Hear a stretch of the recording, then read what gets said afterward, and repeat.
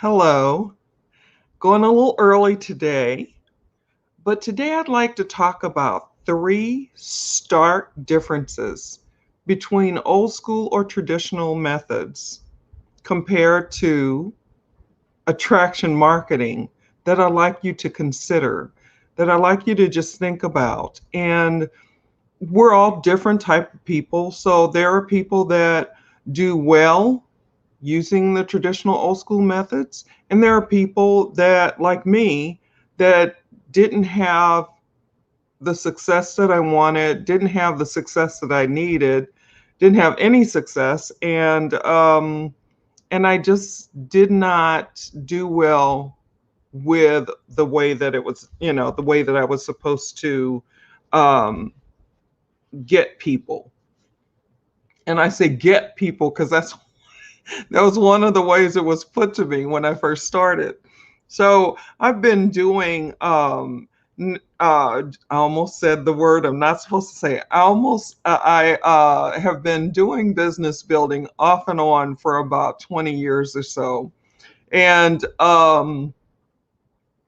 each time it was basically the same thing that I was told.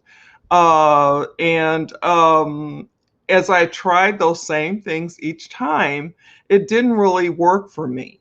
And I always had it as a side gig, and I enjoyed my primary profession, which was being a registered nurse.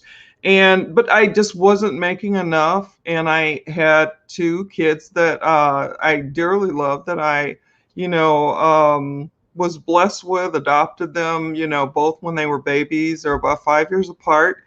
And I just, if anyone knows that has kids, they can be pretty expensive. You do the best you can, and but they're always growing out of stuff. There's always, because that's just the way it is. This is real life. It's just a fact of having children. And you buy shoes. I remember specifically buying shoes for my youngest, and I don't use their names because they don't really agree with what I'm doing. They don't really want to be involved. So I don't really say their names. So I call them the youngest and the oldest.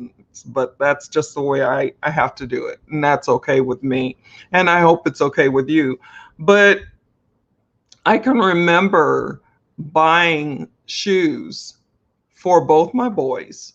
And this one particular, it was like summer, but we were getting ready for fall. So I wanted to make sure I grabbed their school shoes and stuff that they needed.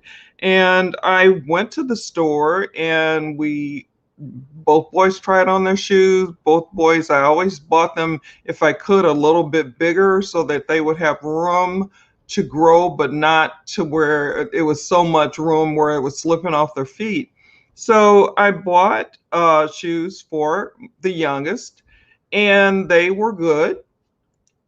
Got home, and everything was fine, wearing them to school. And um, I remember one morning he was just having a lot of difficulty, and I was like, "Come on, we got to get going," because I was working full time as a registered nurse in the hospital in the operating room, which was my last position. And I, was trying to get my sons to let's get going. We need to get going so I could drop them off at daycare, and then head to work. And he just was having difficulty getting a shoe on. He said it just felt really tight, and so I go and I'm like, that's not possible. So I'm like going and I try to help him get a shoe on. And and I look, I'm checking the socks, I'm making sure everything's okay, and the socks are on right, nothing's twisted. And I try to shove that shoe on his foot, and definitely it was tight. I mean, and it was a week. Growth spurts are just they can be stressful because I had just bought those shoes and we were tight, and it was very frustrating. And so that meant he had to wear those shoes that day. And then after I picked him up from daycare, then we went back to the shoe store, which they would not give back the money, for those shoes, and because they had been worn. and I had to purchase another pair of shoes. And that's just kind of how it went. And those of you that have children, I know you understand what I'm talking about. So that, was why I needed to have a side gig. And the side gig, was supposed to help, but I never really got anything with doing the side gig. So before I go any further, let me go on and stop, and because I'll get into my story and then I'll forget I haven't introduced myself. I try to do a little introduction and introduce myself, but every now and then I get a little bit carried away. But anyway, for those of you that I haven't had the pleasure of meeting, my name is Cherie Woodard, and I help entrepreneurs and business builders to be able to bring a business online or start a business online, and to be able to work from anywhere that they want, to not have to be able to not have to go into the office, to not have to go, to people's homes, but they can do what they need to do from anywhere with their phone or their laptop. That means they could be at home, they could be, sitting in a park, they could be on vacation, wherever. And I want to help them to be able to do that without having to do the things that made them upset and frustrated and sent them through pain points, just like, me. So I wanted to, that's what I do. I help them to be able to come online and be able to not have to do the things that cause them stress and pain points. And, to be able to point them to the solution that I found. If that is not what's working, what will work for them, then because they may be in another, there are several niches out there, and we all know that there's all types of different types of things that we do in business building. And let me, when I'm talking about business building, or I heard the other day social selling, it's basically where you have to have the list of 100, the belly to belly, anyone with a pulse, anyone that's breathing, that they're all, a part of the people that you want to go after. And so that was the business building that we're not allowed to say on this platform what it's actually called, because it's gotten a really bad reputation just because of the way some people chose to build. And so then it causes problems. And so there are certain platforms that we cannot say the particular name of what it is that we do. That's our profession. So basically, that is what I do. And and then I'm going to get back into the subject now. So for me, I just wanted to go over these differences today to see if they would help you, to make you aware. And if you are feeling stuck, pressure, frustration, upset, that that there is a different, for me, better way out there. And I know that there are several people that are in the company that I'm in, which is an educational mentorship program that helps you, teaches you how to come online, how to start a business, how to be able to do all the things that you need to do. And they start you off with training wheels. So they basically help you to grow into and learn and become comfortable with, doing things in a different way. But for me, it was just a different, so much better way for me. So let me get into these stark differences that I want you to consider. So, like I said, business building, and I told you what that is. One of the things that really I was told, and I tried over and over, was that everyone was a prospect.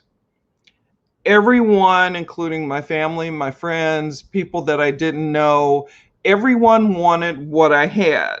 That's number two.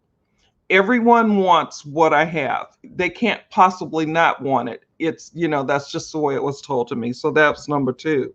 And number three was making sure to either try to push for or sell, or and try to push to get them to come and do what it was that I was doing.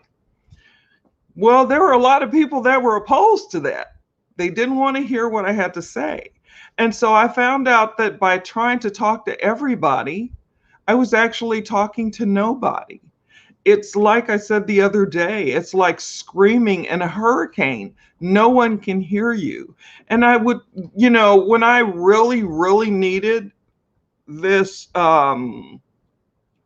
profession that I was in to really show up and help me, to let me be able to use what I was told by my leaders and upper level team members, told to do, and I kept doing it. I wasn't getting anywhere, and I went back and I said, okay, I'm not getting anywhere. What else can I do? And then I went and bought all of this in my last company, bought all of this marketing type stuff, road signs, flashy, expensive flyers that I was supposed to stick on people's car on the driver's side window. And I wanted that's just a whole nother story, because that one's kind of, it was embarrassing, and I had to laugh at myself later. Now, when I was in the midst of it, I wasn't laughing. But later, when I thought about some of the stuff that I did, it just, I had to laugh, and I'd rather laugh than cry. So I laughed about it. But, the things that were not working for me are the things that I named. And then I found, as I was going through the struggles and the pain, frustration, rejection, and those things that just really weren't working for me, I, decided, especially because I was having to leave my kids at home and they were still young enough that they needed me around, but I was leaving and going to meetings or leaving on the weekends, going up early during the day, and, they'd wake up and I wasn't here because I didn't want to face them. So I was leaving and going somewhere away from near where I lived to go through the parking lots and put those flyers in everyone's car. And then if I saw somebody, approach them and, do the what's called mall sharking and that kind of stuff, and it was just so frustrating. And I just didn't want to do it anymore. I didn't want to do that. And I happened to just get so frustrated with looking at my kids and having to leave them that I decided I had to find something else. So I went online and I went looking, and between me and another friend that we worked together in the same business, found a way. And unfortunately, maybe fortunately, let me put it this way. She went the other way. She decided she didn't want to do this at all. She totally just was like, forget it, and just stuck with her, her position that she was in. And I chose to, keep trying. And, and as I hadn't quite fully become disabled, and I hadn't quite fully been out of my nursing job, I was kind of still, it was a side gig initially, but then when it became, like I said, when it became where that was what I needed to as my full time, and it wasn't working, and I had to leave my kids, that I needed to find something different. So when we found this online, I decided to go, into this thing called attraction marketing. When they said on their ad or whatever it was that I saw, I was in Google and I was looking for something, anything, and it said, "Are you tired of chasing your family and friends and strangers?" And I was like, heck yeah. And I was like, immediately sucked in and, to see what was going on. And what I saw, was better than what I was doing. So I went for it and gave my information, and I haven't really looked back. I don't ever want to go back to doing what I was doing before. This, for me, attraction marketing It's a philosophy. It's a different way of doing, business and building a business and being able to do it online using social media. For me, that was such a big, awesome thing. I mean, it was just great. So for me, okay, here's the number. These are the three things that attracted me and that keep me, and allows me to be able to come online and be able to talk with those people that I want to help by coming on, doing live video, and posting information in comments, and just letting people know, you know, different things that I've learned and how I've learned it, and so that as they learn from me, then they might decide, okay, I am really tired of doing that way, so I think I'm going to do this. So number one, when we talk about attracting, they're not talking about attracting as far as your looks. They're talking about attracting the people to you that you want to help, the people that you see and have a passion for and a purpose for, helping them because of whatever your reason is. For me, my reason was because of what I went through. And when I became disabled, single parent, you know, RN, unable to do that job anymore, I needed something that was going to provide for my family, something that was going to help me to grow into what it was that I needed to do and what it was that I wanted to do. And so being able to attract the people to me, that instead of chasing them, because I mean, my warm market, I used to say, was gone in a week because I tried my family and a few friends. And then after that, so much rejection and so much where they thought I was crazy and that I was, doing some type of scheme or whatever. I couldn't deal with it. But this one, when you're attracting people to you that you want to help, it's about making connections. It's about building a rapport. It's about building relationships. It's about, maybe talking to somebody in Messenger, or it's about, commenting and,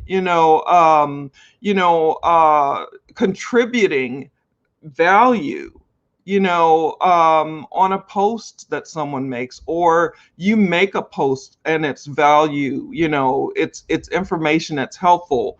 It's, and there's several different types of information. So let me go to, so from attracting people to you and learning how to be able to do that, the people that you want to help. So you're not talking to everybody and anybody. You're talking to the people that you want to help. So you have to decide who that is and be able to speak directly to them. And as you're speaking to them, they know, just like when I found that, what I was looking for. When you hear it or see it or feel it, and you'll go in that direction. And then if you find that it's not what you wanted, it's not what's going to help you, then you may move on to something else.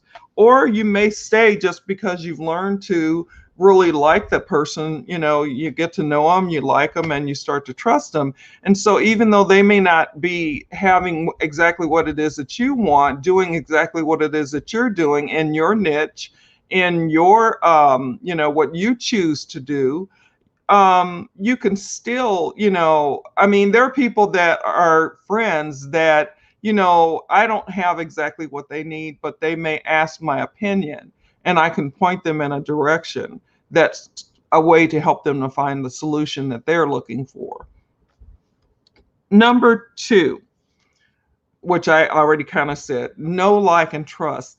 Building know, like, and trust, letting people know you by putting yourself out there so they can see who you are. You can see that I'm a real person. You can see I'm not a bot when you're looking at me on this video. When you go to my pages, my personal profile is open. I put information there that's uplifting, that, it shows you the type of person that I am.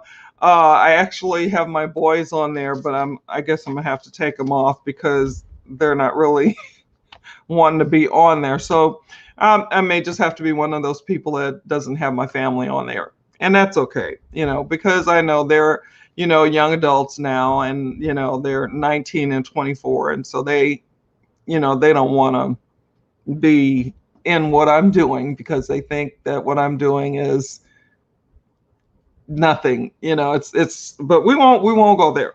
So building know, like, and trust is really important, and you do that by showing up, by showing people who you are, by and being who you are authentically, and letting people get to know you by sharing your journey, sharing stuff that happens to you. Like today, I started a little bit earlier on my live because I have an appointment, and here I am just continually yuttering on. So anyway, let me move on. So that was number 2. And then number 3, influence through giving value. And I kind of already mentioned value, and that's by letting people be able to get information that's going to be helpful to them, that's going to give them value, that's going to help them to see that, yeah, they can do this too.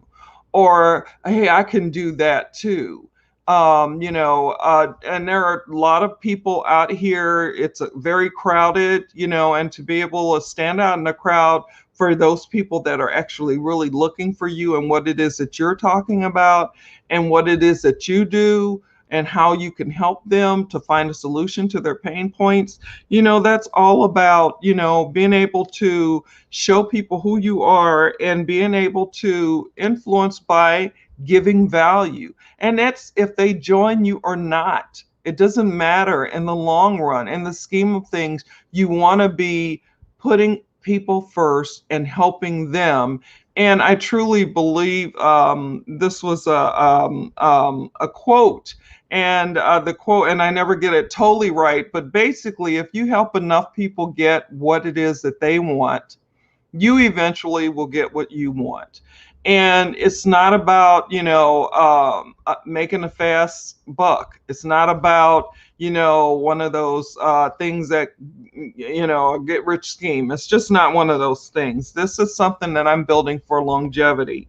And so by value, I have some things listed here like motivation. I like to motivate. I like to build people up instead of drag them down. I like to educate. I like to give inspiration. I love to do that because that's where my heart is, And for those of you that know me, you already know that I'm a Christian. I believe in God and I trust Him, and that I've been in that walk for a long time, with the Lord, and I like to be able to share some of that with people that resonate with that. And then so entertaining, sharing basically you and what it is that you do and what it is that you can help other people with. So those are the differences. I'm not going to go over them again because it looks like I've been talking really long and I didn't intend to, because I really planned on being out of here by now to get to my appointment. So I'm going to go on, and I'm not really seeing any comments or questions or opinions in the chat. Please remember that you can drop that information in here and I will get back with you, whether you are live with me or whether you and just don't want to be seen, or whether you are, catching this on the replay. And a lot of times people up during the day are busy, so, and I understand that. So I just want to make sure that that if you want to go further into this, you have more questions, or you want to further understand what it is that I was talking about with these stark differences between old school traditional methods and traction marketing, which deals with modern and updated tips and strategies and modalities to learn and grow and be able to build your own business. They don't, grab a hold of you and want to keep you. They want you to grow and then go fly and, make your dreams come true. So Basically, that is it. That's all I had to go over today. And I'm sorry I did let the time get away from me. I apologize. But I want to be mindful of your time. So let me go on and back off. Let me just do some quick housekeeping things. Keep your notifications on so you know when I'm going live.